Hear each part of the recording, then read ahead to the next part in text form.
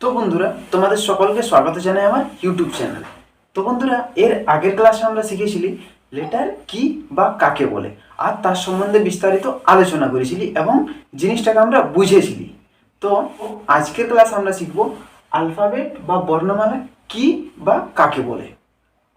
তো বন্ধুরা, চলো শুরু করা যাক বেশি দেরি না করে। তো বন্ধুরা, আমি কালকের মতো আগে থেকে লিখে রেখেছি এটা। তো আমরা প্রথমে জিনিসটাকে বুঝিয়ে নেব যে আলফাবেট জিনিসটা কি, তারপরে এটা লিখবো, তারপর মুখস্থ করব। তো চলো শুরু করা যাক। দেখো, আলফাবেট কথার বাংলা অর্থ হচ্ছে বর্ণমালা। আলফাবেটকে আমরা বাংলাতে বর্ণমালা বলি। তো আলফাবেট হলো যে ইংরেজিতে এ থেকে জেড পর্যন্ত মোট 26টি লেটার আছে। ইংরেজিতে এ থেকে জেড পর্যন্ত মোট 26টি লেটার আছে। তো এই 26টি লেটারকেই একত্রে বা একসাথে আমরা আলফাবেট বা বর্ণমালা বলি। এই 26টি লেটার যখন একসাথে থাকবে তখন আমরা সেটাকে আলফাবেট বা বর্ণমালা বলি।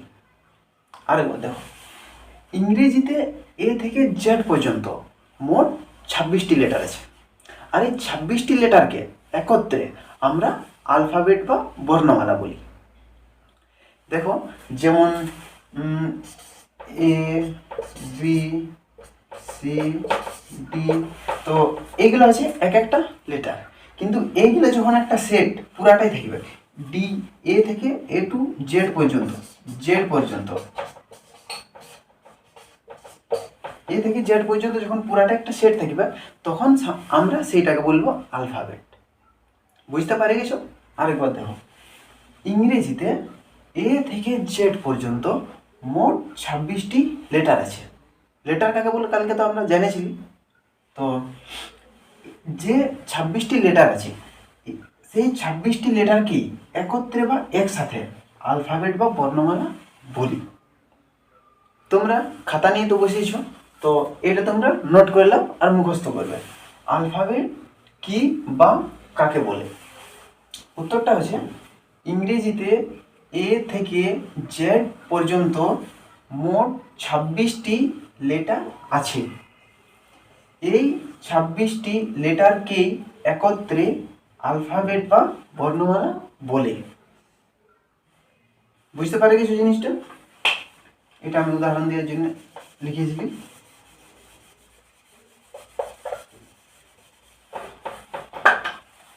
তো আরেকবার ভালো করে বলেছি বানান সময়, আলফাবেট কি বা কাকে বলে। আলফাবেট বানান দেখো, A L P H A B E T.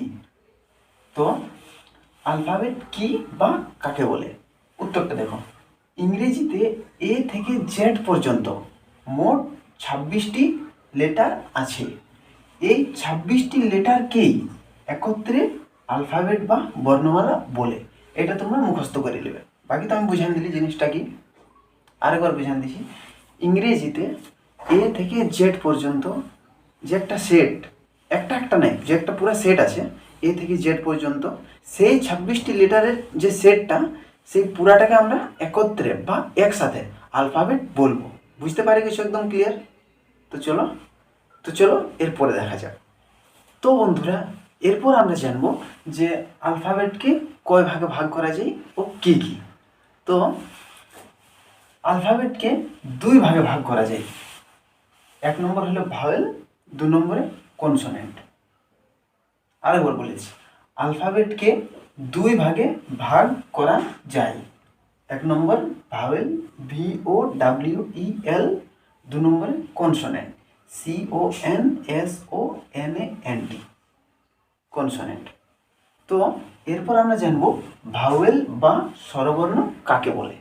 তো প্রথমে বলে দিই, ভাওয়েল কথার বাংলা অর্থ হইল স্বরবর্ণ।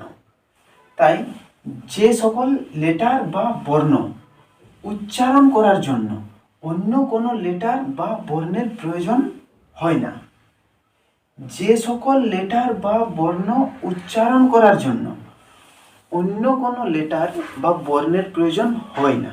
আরেকবার বলে দিচ্ছি, যে সকল লেটার বা বর্ণ উচ্চারণ করার জন্য অন্য কোনো লেটার বা বর্ণের প্রয়োজন হয় না, তাদেরকে আমরা ভাওয়েল বা স্বরবর্ণ বলবো। আরেকবার বলে দিচ্ছি, যে সকল বর্ণ উচ্চারণ করার জন্য অন্য কোনো লেটার বা বর্ণের প্রয়োজন হয় না তাদেরকে আমরা ভাওয়েল বা স্বরবর্ণ বলব। যেমন এ, ই, আই ও ইউ, এদের উচ্চারণ করার জন্য অন্য কোনো লেটার বা বর্ণের প্রয়োজন হয় না। দেখো, কারণ যদি আমি উচ্চারণ করি এ, এ বলতে গেলে আমার অন্য কোনো বর্ণের আর সাহায্য নিতে হচ্ছে না, শুধু এ উচ্চারণটাই করতে হচ্ছে। এবার যদি আমি উচ্চারণ করি বি, তাহলে ব তার সাথে রস্যি যোগ করতে হবে, মানে বি আর আই যোগ করতে হবে। তারপর যেমন ই, ই উচ্চারণ করতে গেলেও আমাকে অন্য কোনো বর্ণের সাহায্য নিতে হচ্ছে না, শুধু আমি এমনিতেই ই উচ্চারণ করতে পারছি।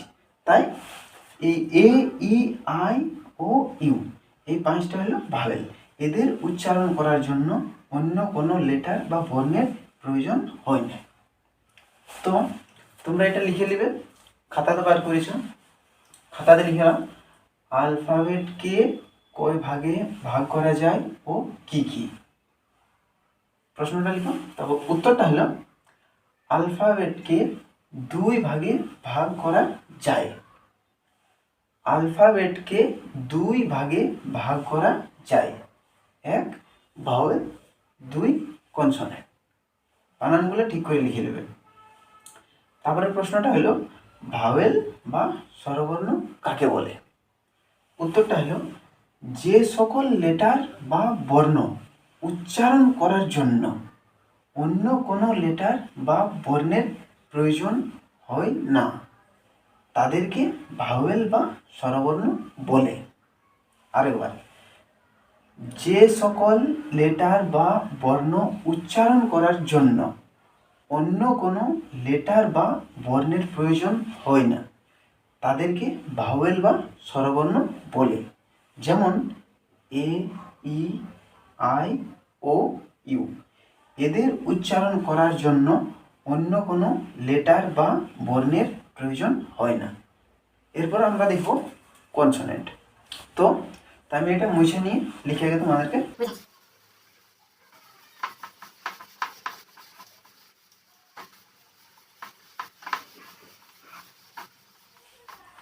তো বন্ধুরা, এরপর আমরা জানব কনসোনেন্ট কাকে বলে।